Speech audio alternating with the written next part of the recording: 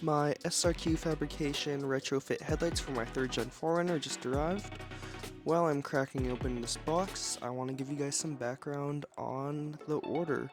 So I ordered them about 15 and a half weeks ago.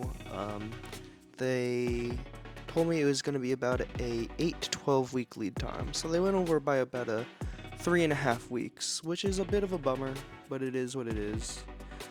As you guys can see, it was very well packed. I will put all the details of the headlights, the specific ones I got, up on your screen right now. They advertise these headlights as plug and play. Most of it is. I did have to do a little bit of wire stripping and putting together to make them work, but here's the first look at these headlights. They're really good, super bright. I really enjoy them. This box just had headlights, and in the other box, which you guys will see in a second, it will have instructions and a wiring harness, which you will need to connect to your battery. There's the wiring harness, and the second headlight.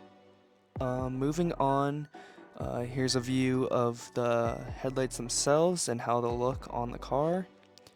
The wiring itself isn't too complicated, but later in the video I will put a timestamp to when the tutorial starts.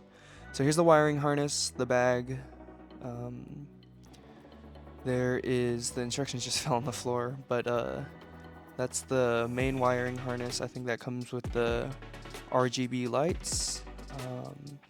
And yeah, so you'll need a 10mm socket, a socket wrench, and I also have I'm not sure what the wrench is called, but a different type of wrench, an Allen wrench kind of, to get your old factory headlights off.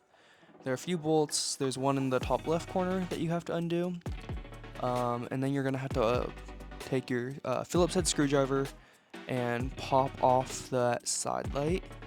And once you pop off that side light, there'll be two other bolts. I apologize. You had to pop off this little bottom panel.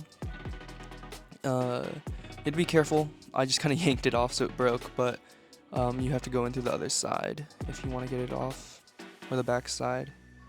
There is a bolt down there in the bottom left, so you have one in the top left, one in the bottom left, and this is Allen wrench I was talking about. Just take your Allen wrench, unscrew it, and then you move on to the side. So we should be moving on to the side right here. There's a screw. You have to unscrew at the top, and then there are two little bolts. Each bolt on the bottom and top has to be taken off, like so, and then you'll be able to pop off your factory headlight, which is awesome.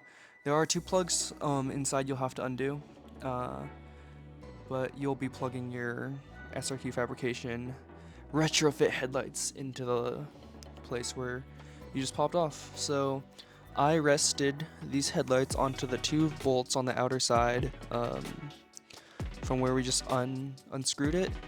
Here's me bolting it back in. Fairly simple. Don't bolt it in or don't torque it down until all of the bolts are in. And later in the video you'll see that I actually have to undo a few of the bolts for some grounding wires, because I used the bolts that bolted on the headlights for the grounding wires as well. So me just adjusting, making sure everything is bolted back in. And once you do it to one side, obviously take off your factory one and do it to the other side. So I have these both installed now, and now we have to move on to the wiring. The instructions are pretty vague. I followed them and it worked out, but this is going to be a video of a full in-depth look on how to connect them. So you have that wiring harness that you pulled out of the bag, and there will be two different harnesses, one for each side. So I have it going down, and there should be a two-prong connector, or two two-prong connectors, that you have to use the wiring harness, and that will go to the battery. So this will split the power from your battery to each projector headlight. If you just order the projector headlights, this is the only thing you'll have to do. And there is a three-prong connector on that side. And you just plug the three-prong connector into one side. I was a little bit confused at first, but all you had to do is plug it into one side. After you do that, just copy the same on the other side. I ran it behind my winch, up, and there should be another hole right there. So after you wire Both of them, as you can see, made it a little neater. You gotta wire it behind and then plug the wires into their correct spots, which is fairly self-explanatory. Now it's time to wire your RGB lights. This part was a little bit confusing. I had to call SRQ Fabrications itself. That being said, they were a lot of help, and I managed to. I had to pick up a few things from the store, those O-rings, and I also had to pick up wire connectors. I did have to pick up some wire too. Right here, I'm just making sure everything works, plugging everything in. You plug your red wire into your red terminal, and your black wire is obviously your ground terminal. I didn't connect the blinkers. I was saving that for a later time because I think I'm going to go with sequential blinkers instead.